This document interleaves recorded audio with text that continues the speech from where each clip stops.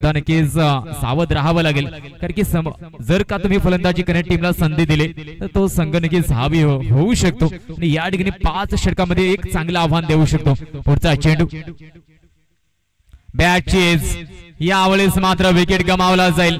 एक bouncer try केला गोलंदाजाने, या बाउन्सरने शिकार करून दिली गोलंदाजाला, कारण की महत्वाच्या क्षणी विकेट मिळली जाते. मागील चेंडू षटकार आला होता, त्यानंतर मात्र यावेळेस विकेट सुद्धा बाद होताना बघायला मिळला जातोय. धाव संख्या आपण बघू शकतो ती म्हणजे 32 धावा झाल्यात. चौथे षटक मार्गस्थ सध्या तरी आपण बघतोय. याच पद्धतीने भावेशने मागील षटक सुद्धा हाताळलं होतं. पहिल्या चेंडूत षटकार आल्यानंतर त्यानंतर मात्र 2 विकेट आपल्या नावे केल्या होत्या. यावेळेस सुद्धा पुन्हा एकदा तेच घडलंय मैदानामध्ये, कारण की पहिल्या चेंडूत षटकार आणि त्यानंतर विकेट बाद होताना दिसला जातोय. धाव संख्या धावबलगती 32 धावा. चौथं षटक मार्गस्थ सध्या तरी मात्र आपण बघू शकतोय. भावेशने ज्या पद्धतीने मागील षटक हाताळलं होतं त्याच पद्धतीने या षटकामध्ये सुद्धा सुरुवात केली जाते. विकेट मिळवले तर मात्र समोरील संघाला आपण प्रेशर मध्ये आणू शकता आणि तोच प्रयत्न गोलंदाजाकडून केला जातोय.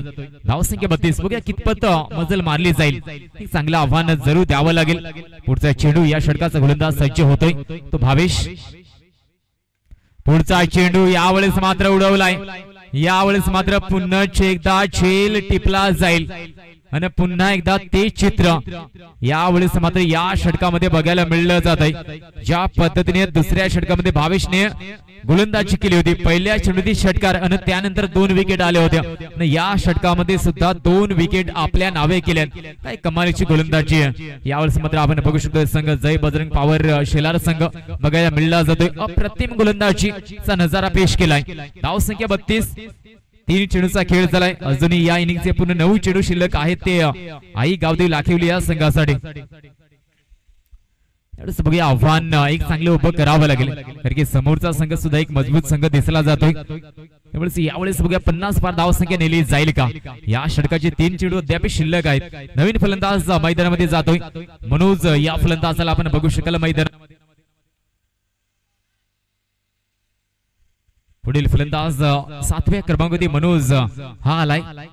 पुढचा चेंडू चौथा या षटकाचा. यावेळेस मात्र हा चेंडू चांगल्या पद्धतीने खेळलाय, परंतु हॅट्रिक कंप्लीट होईल का.